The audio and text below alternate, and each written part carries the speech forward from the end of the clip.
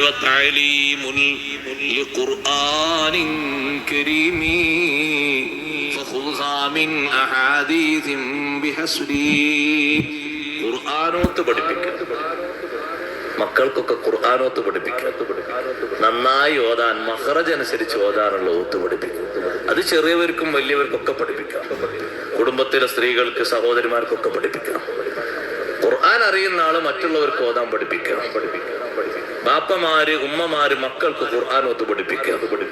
ഉസ്താദുമാര് ചെയ്യുന്ന കർമ്മങ്ങളിൽ ഏറ്റവും മുഖ്യമായ കർമ്മമാണത് തഅലീമുൽ ഖുർആൻ.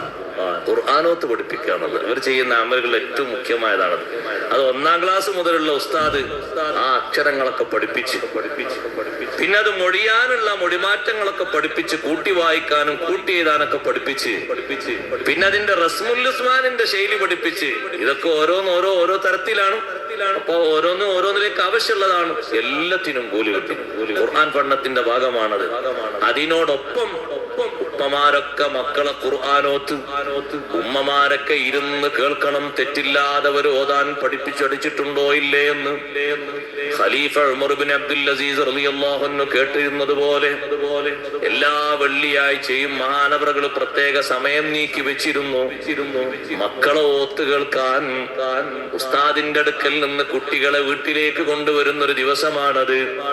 മുഅല്ലിമിനോട് പറയും, വെള്ളിയാഴ്ച കുട്ടികളെ ഒന്ന് ഇങ്ങോട്ട് പറഞ്ഞേക്കണം, അവരോതി പഠിച്ചത് എനിക്കൊന്ന് കേൾക്കാനാണ്. ഉമർ ഇബ്നു അബ്ദുൽ അസീസ് റളിയല്ലാഹു അൻഹുവിന്റെ മുന്നിൽ മക്കൾ വരുമ്പോ മൂത്ത ആള്, മുതിർന്ന ആൾ ആദ്യം വരുന്നു, ഓതിക്കൊടുക്കുന്നു. പിന്നെ 2ാമത്തെ ആള് വരുന്നു, ഓതിക്കൊടുക്കുന്നു.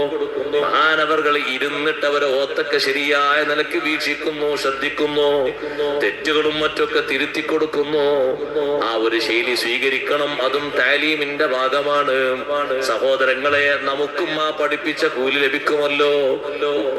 ഉമ്മമാര് മക്കൾക്ക് ഖുർആനോത്ത് പഠിപ്പിക്കണം. കുട്ടികൾക്ക് ഖുർആനോത്ത് പഠിപ്പിച്ചെങ്കിലേ മക്കള് സ്വാലിഹീങ്ങളായി കിട്ടൂ.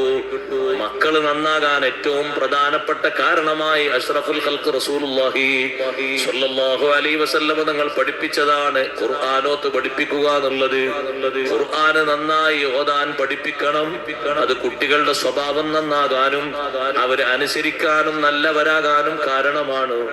വതഅലീമുൽ ലിഖുർആനിൻ കരീമി ഫഖുദ്ഹാ മിൻ അഹാദീസിൻ ബിഹസ്ബി. ഖുർആനോത്ത് പഠിപ്പിക്കുക, മക്കൾക്കൊക്കെ ഖുർആനോത്ത്